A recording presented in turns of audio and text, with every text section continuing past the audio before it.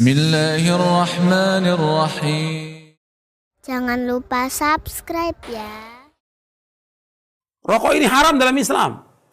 Jangan sampai uang kita dihabiskan untuk rokok. Nggak boleh. Sedekahkan, infakkan buat fuqara. Banyak orang yang miskin, banyak orang yang fakir yang wajib kita bantu dengan uang kita. Jangan digunakan buat yang sia-sia. Jangan gunakan buat yang haram. Rokok ini haram dan mubadzir. Sedangkan mubadzir temannya syaitan. Innal mubadzirin kanu ikhwana syayatin. Sesungguhnya orang mubadzir itu temannya syaitan. Ingat, rokok itu haram. Coba Bapak perhatikan itu. Saudara perhatikan, ya. Setiap hari merokok berapa yang dihabiskan? 1 batang, sebungkus, 2 bungkus, 3 bungkus. Allah akan tanya pada hari kiamat nanti. Karena itu harta itu milik Allah, kenapa dihabiskan buat yang sia-sia? Kenapa dihabiskan buat maksiat? Kenapa dihabiskan buat yang haram? Akan ditanya, kemana dihabiskan uang itu? Kemudian, dari apa yang kita keluarkan, mestinya kita keluarkan harta itu untuk infak fisabilillah, untuk membantu dakwah, membantu orang-orang fakir miskin, membantu janda-janda yang miskin, membantu anak yatim, membantu pondok-pondok sunnah, masjid-masjid sunnah, membantu dai-dai yang nggak punya apa-apa. Banyak daerah-daerah dai-dai yang nggak punya apa-apa, bantu mereka. Harta kita harus manfaat. Dan setiap hari kita harus infak, setiap hari. Kata Nabi SAW dalam hadis yang sahih yang diriwayatkan oleh Imam Bukhari dan Muslim. Nabi bersabda, "Ma min yaumin yusbihul ibadu fihi illa malakani yanzilani fayaqulu aduma Allahumma a'ti munfiqan khalafa wa yaqulu al-akhar Allahumma a'ti mumsikan talafa." Setiap hari itu 2 malaikat turun. Setiap pagi 2 malaikat turun. Kedua malaikat ini yang satu berkata, "Ya Allah, gantikan orang yang infak hari ini." Yang satu berkata, "Ya Allah, hancurkan orang yang tidak infak hari ini." Hadis ini sahih riwayat Bukhari dan Muslim. Maka setiap hari harus kita infak. Setiap hari harus sedekah. Kita harus terbuka tangan kita. Dan harta kita tidak akan kurang. Kata Nabi, "Ma naqasa malun min sadaqatin." Nggak akan kurang harta dengan sebab sedekah. Nggak akan kurang. Semakin kita sedekah, semakin kita infak, semakin kita tolong orang-orang fakir miskin, semakin ditambah rezeki itu oleh Allah Taala.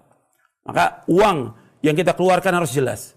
Untuk memberikan nafkah kepada orang tua kita, memberikan nafkah kepada istri, kepada anak, kepada sanak kerabat, membantu tetangga, membantu orang-orang miskin.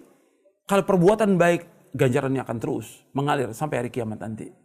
Tapi kalau maksiat, itu akan jadi balak buat kita. Jadi bencana buat kita. Kalau kita keluarkan uang untuk maksiat, untuk yang haram, jadi bencana nantinya. Kemudian yang keempat, yang Allah tanyakan pada hari kiamat nanti, yaitu tentang masalah capek kita, lelahnya, letihnya untuk apa? Wa anjismi fima abla. Capeknya kita untuk apa? Apakah kita capek untuk taat kepada Allah? Untuk mengaji, untuk berdakwah, untuk sholat, untuk baca Al-Quran, untuk bangun sholat tahajud, untuk membantu orang tua kita, atau seorang istri melayani suami? Atau dia capeknya untuk jalan membawa sedekah kepada janda-janda yang miskin dan orang-orang miskin. Kata Nabi, "As-sa'i al-armati wal miskin kal mujahid fisabilillah." Orang-orang yang berjalan membantu janda-janda yang miskin dan juga orang-orang miskin, maka dia seperti jihad di jalan Allah. Capeknya kita untuk apa? Akan ditanya oleh Allah, capeknya kita untuk taat kepada Allah atau capeknya untuk begadang, untuk nonton bola, untuk jalan-jalan, untuk setiap hari olahraga boleh, tapi jangan habis waktu kita buat olahraga. Capeknya kita untuk atau membantu yang jelas-jelas bid'ah atau acara yang gak ada manfaat sama sekali untuk Islam dan kaum muslimin. Akan ditanya oleh Allah, capeknya, lelahnya kita untuk apa? Dalam satu hadis yang sahih yang diriwayatkan oleh Imam Ahmad, Ibnu Hibban, Nabi bersabda sallallahu alaihi wasallam, "Likulli amalin syirrah wa likulli syirratin fatrah, faman kana fatratu ila sunnati faqad ihtada wa man kanat ila ghairi dzalik faqad halak." Setiap amal itu ada masa semangatnya, ada masa lelah dan letihnya. Barang siapa yang semangatnya karena melaksanakan sunnahku, maka dia mendapatkan petunjuk.